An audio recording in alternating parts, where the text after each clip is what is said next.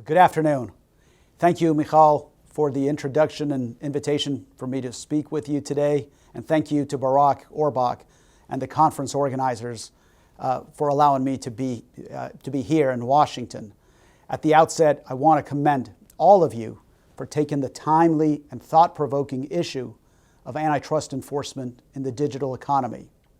I regret not being able to be there in person as I had planned, but I very much appreciate your flexibility for allowing me to do this by a video at the very last second. As you know, last October, I had the privilege of discussing antitrust, innovation, and big data at the University of Haifa. Since then, the Antitrust Division has been busy. We have invited prominent academics and industry experts into the department to discuss the digital economy, and we have hosted an advertising workshop that explored, among other things, competition in online and mobile advertising networks. We're working hard on behalf of consumers and free markets, thanks to the talented career staff of the Antitrust Division, as well as our leadership in the front office. As a patent attorney who then gravitated to become an antitrust lawyer, I am delighted to see the many ways that Israel promotes competition to foster an ecosystem of innovation. We in the United States know the transformative power of invention. Sound policy, buoyed by the rule of law and markets governed by competition, have allowed the United States to become a, quote, cradle of innovation. Thus, I applaud you and encourage you to keep pushing forward. All of the world benefits from creativity and ingenuity, and Israel has certainly contributed and continues to contribute to human welfare through its incredible technology breakthroughs in medicine, communications, and information science. As you well know, digital technologies improve our lives in myriad ways. They can facilitate the delivery of fast, better, and cheaper products and services. They can make transactions more efficient, and digital platforms in particular can reduce the cost of market participation for certain kinds of sellers, including workers. The digital economy is a fact of life, but it's not all things to all people. There have been robust public discussion about whether the broader economy, undoubtedly transformed by the digital technologies we see today, is working well for everyone. While some commentators have tried to dispatch the antitrust laws to address these problems, I do not believe the antitrust laws are bent towards values other than competition.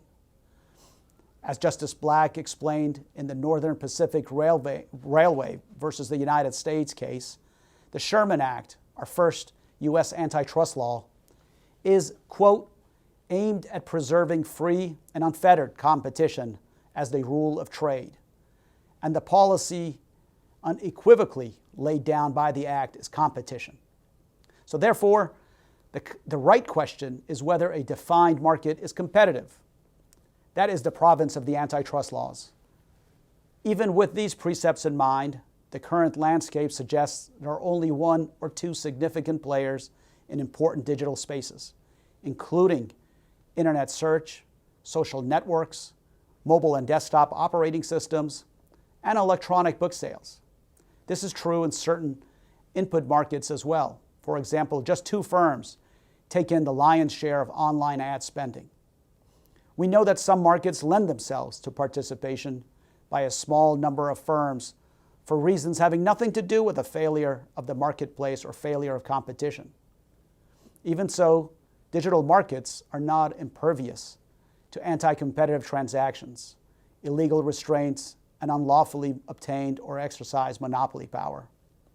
For many years, the Antitrust Division has borne out the task of investigating whether markets in this important economic sector are competitive, where there are credible concerns that a transaction or business practice is anti-competitive. Timely and effective antitrust enforcement is imperative. To quote Orrin Hatch, the legendary former chairman of the U.S. Senate Judiciary Committee, quote, vigilant and effective antitrust enforcement today is preferable to the heavy hand of government regulation of the internet tomorrow. This was almost 20 years ago when he made those comments. We know this firsthand. After all, the government's successful antitrust case against Microsoft arguably paved the way for companies like Google, Yahoo, and Apple to enter the market. Fortunately for us in the United States, the dedicated men and women of the Technology and Financial Services section of the Antitrust Division are experts on the intersection of competition and technology, who have been at the cutting edge of enforcing the antitrust laws in high-tech and digital markets for decades. As we think about antitrust enforcement in the digital economy, the key issues that antitrust enforcers must untangle are whether a company is growing due to superior price, quality, and innovation, or whether some transaction or business practice is on balance anti-competitive in purpose and effect. The goals of competition include consumer welfare, which incorporates the values of openness and free speech. I do not pretend to have all the answers today. Nonetheless, I'd like to describe some historical analogs and set out a few scenarios that might attract the Antitrust Division's attention. First, the United States has a long history of trust busting. Early cases against titans of industry offer valuable lessons for antitrust enforcers today. To highlight the importance of antitrust enforcement, I'll briefly discuss three of them. The first is, of course, Standard Oil versus the United States. Let me acknowledge at the outset that Standard Oil is about a decidedly non-digital world. The Standard Oil Company was an industrial giant, and it was revered for its patented technologies and commercial prowess. It also rose in prominence during a period of rapid change that coincided with the Second Industrial Revolution. It amplified the value of petroleum to consumers in transformative and unforeseen ways.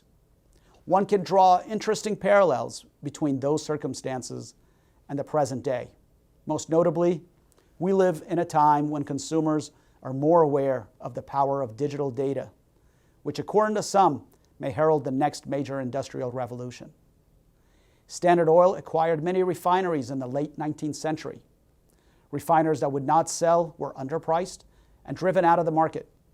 Price cutting is the essence of competition, of course, but the Standard Oil case and other later Supreme Court cases helped establish what would become settled law. There are some things that a monopolist cannot do. A company does not ordinarily violate the antitrust law for merely exercising legitimately gained market power. As I've said, big by itself is not bad. Big behaving badly can be bad under the antitrust laws.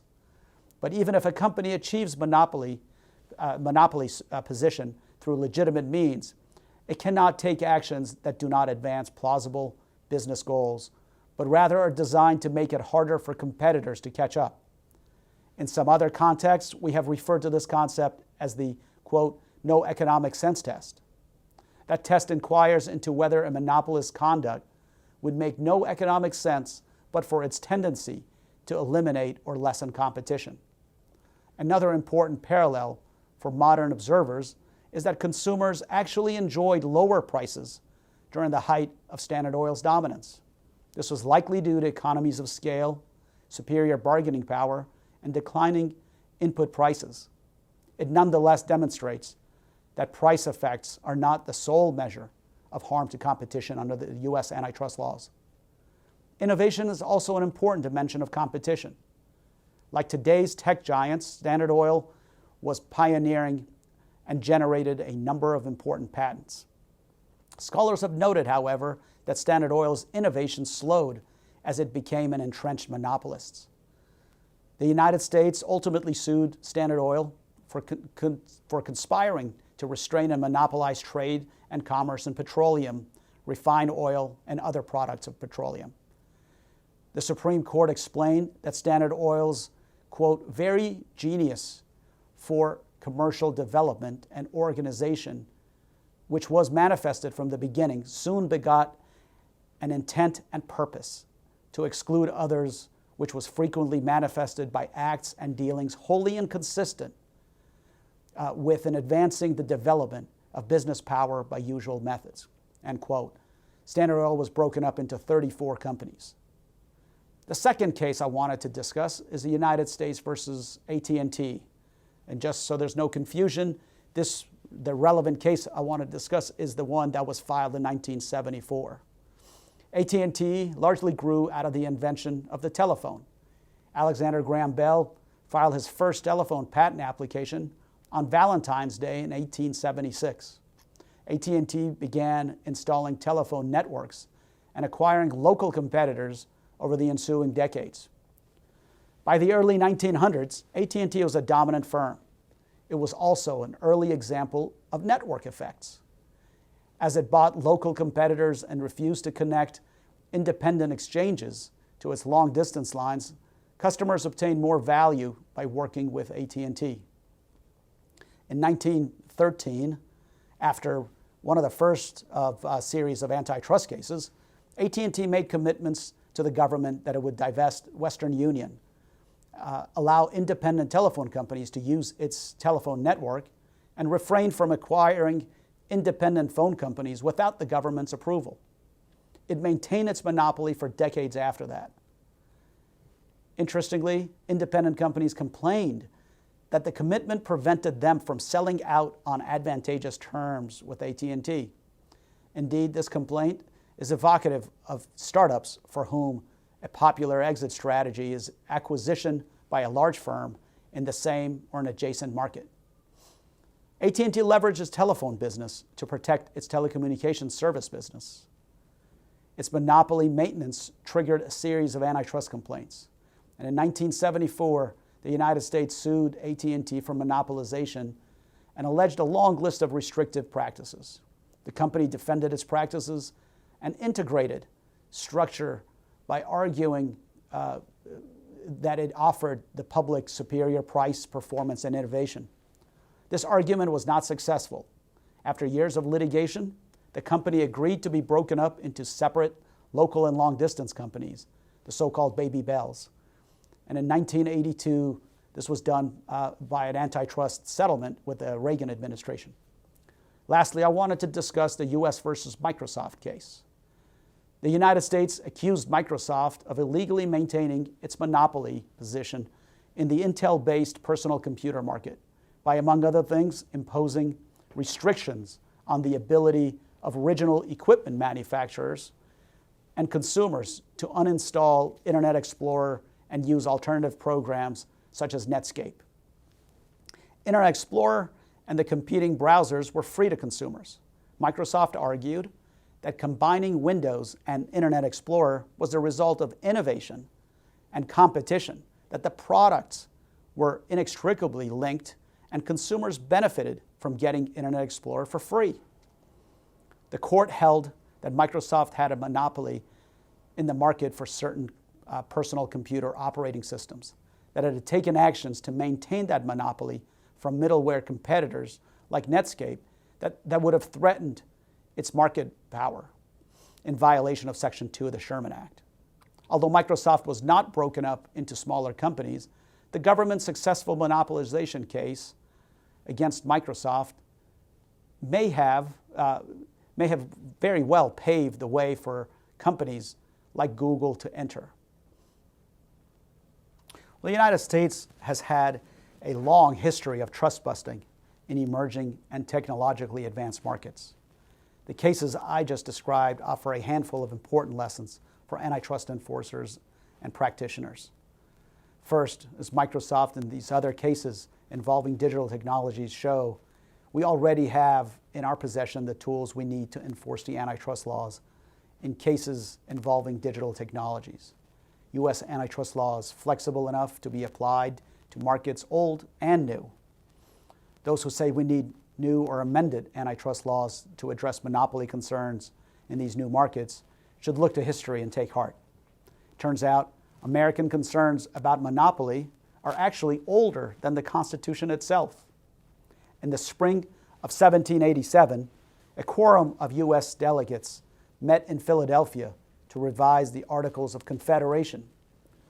By the fall, the delegates had voted to replace the Articles with a Constitution, although it wouldn't be ratified until 1789.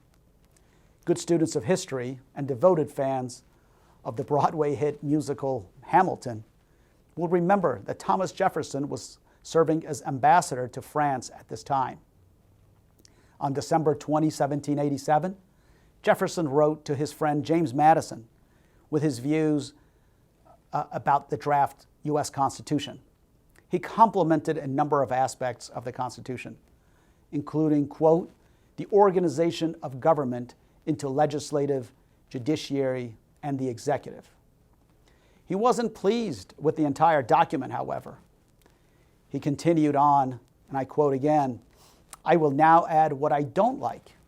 First, the omission of a Bill of Rights providing clearly and without the aid of sophism for freedom of religion, freedom of press, protection against standing armies, restriction against monopolies, the eternal and unremitting forces of the habeas corpus laws, and trials by jury in all matters of fact triable by the laws of the land and not by the laws of nations.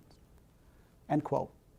We never got our constitutional amendment against monopoly, although agreements in restraint of trade and monopolies were prohibited at common law.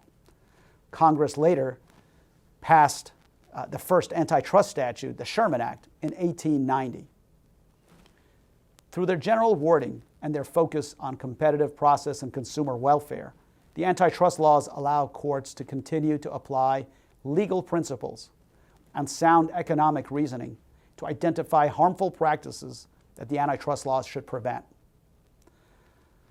In order to understand what conduct is anti-competitive and thus unlawful, the Antitrust Division works hard to become expert on the commercial realities of the digital economy.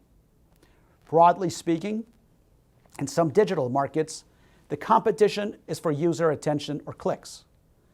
If we see the commercial dynamics of internet search, for example, in terms of the yellow pages that were delivered to our doors a generation ago, we cannot properly assess practices and transactions that create, enhance, or entrench market power, and in some cases, monopoly power. Like the old monopolies, firms operating in digital markets are typically built on proprietary technology. The most successful ones seek to build and leverage networks that drive down costs while amassing a large number of customers. Eventually, the more customers a platform has, the more valuable it may be for each individual user. Economists refer to this phenomenon as an example of network effects. In many ways, AT&T and Microsoft leverage network effects to create or heighten barriers to entry.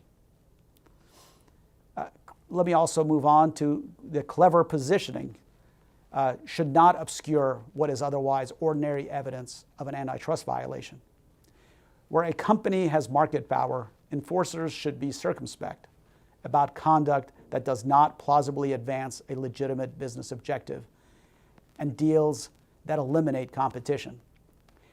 Depending on the commercial realities of a given market, enforcers may uncover facts that support taking a longer than usual view of entry.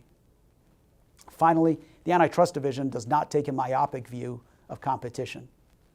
Many recent calls for antitrust reform, or even more radical changes, are premised on the incorrect notion that antitrust policy is only concerned with keeping prices low.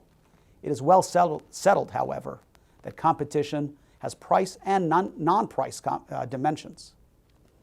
Price effects alone do not provide a complete picture of the market dynamics, especially in digital markets in which the profit maximizing price is zero. As the journalist in the United States, Franklin Foer, recently said, quote, who can complain about the price that Google is charging you? Or who can complain about Amazon's prices? They're simply lower than the competition's, end quote. Harm to innovation is also an important dimension of competition and can have far-reaching effects. Consider, for example, a product that never reaches the market or is withdrawn from the market due to an unlawful acquisition. The antitrust laws should protect the competition that would be lost in that scenario as well. In addition, diminished quality is also a type of harm to competition. As an example, privacy can be an important dimension of quality. By protecting competition, we can have impact on privacy and data protection. Moreover, two companies can compete to expand privacy protections for products or services, or for greater openness and free speech on platforms.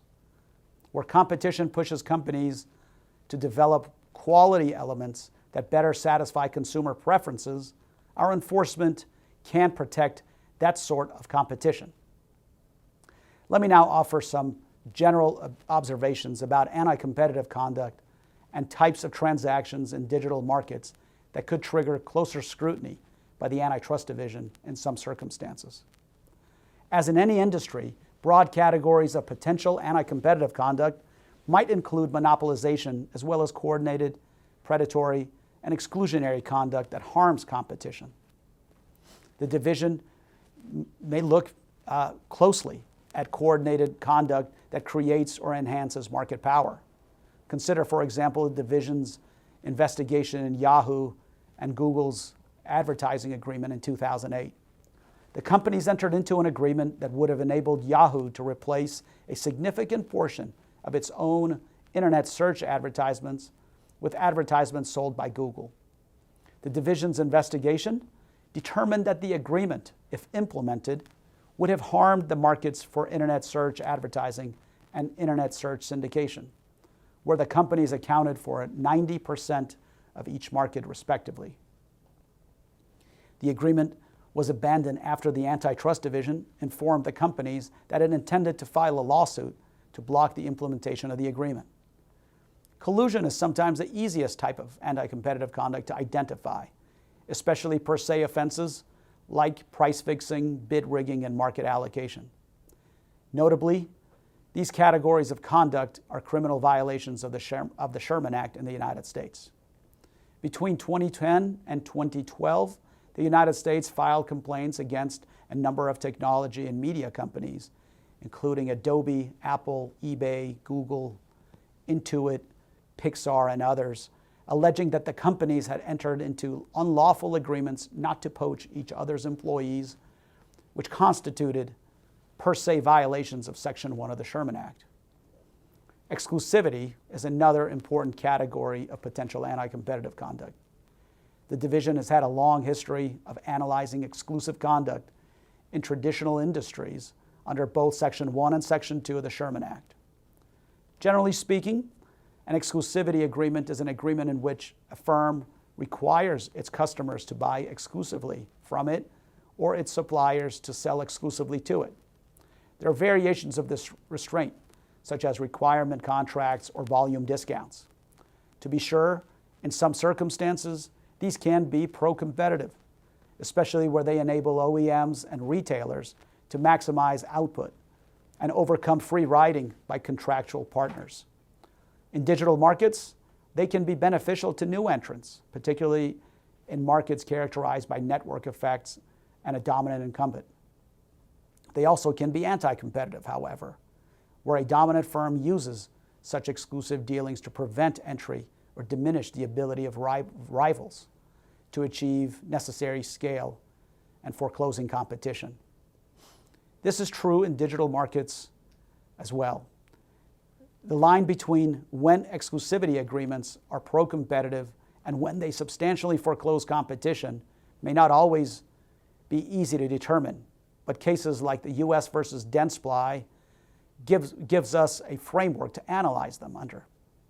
In that case, the Antitrust Division alleged that Dentsply, which had 70 to 80% of the market for the manufacture of artificial teeth, entered into exclusive dealing arrangements with 30 independent dealers.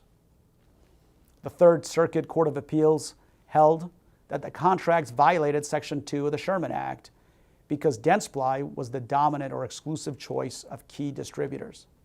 Thus, the contracts helped Dentsply preserve its monopoly and harmed competition by keeping sales of competing teeth manufacturers below the critical level necessary to pose a real threat to Dentsply's market share.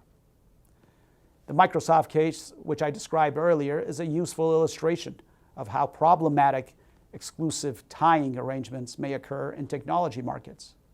Microsoft tied its Windows operating system to Internet Explorer by taking action to discourage OEMs and users from uninstalling to the detriment of competition. This theory is broadly applicable to other technology markets. And finally, the last significant topic I wanted to discuss today is anti-competitive transactions in the digital economy. Section 7 of the Clayton Act prohibits mergers and acquisitions where the effect may be substantially lessen competition or to tend to create a monopoly. It is not possible to describe here each way that a transaction may harm competition in the digital market, but I want to describe some circumstances that may raise the Antitrust Division's suspicions. Perhaps acquisitions of nascent competitors can be pro-competitive in certain instances and anti-competitive in others. They can be beneficial to the extent they combine complementary technologies or bring products and services to market that would not have been made available to consumers otherwise. There is potential for mischief, however, if the purpose and effect of an acquisition is to block potential competitors, protect a monopoly, or otherwise harm competition by reducing consumer choice, increasing prices, diminishing or slowing innovation, or reducing quality. While antitrust is not a panacea for every policy challenge presented by the digital marketplace, the Antitrust Division will not shrink from the critical work of investigating and challenging anti-competitive conduct and transactions where justified. This is because where competition is harmed, consumers and markets lose, with higher prices, lower quality, lower rate of innovation, less free speech, and even lower privacy protections. Protecting competition means protecting all those dimensions of competition. In supporting the passage of the law that came to bear his name, Senator Sherman said, quote, "If we will not endure a king as a political power, we should not endure a king over the production, transportation, and sale of any of the necessaries of life. If we would not submit to an emperor, we should not submit to an autocrat of trade," end quote. The Antitrust Division, I'm happy to say, is working hard to stay true to this vision today. I thank you very much. Again, I regret I couldn't be there in person, but I very much appreciate this opportunity to be able to do this via video. I wish you the best for the rest of the conference. Thank you.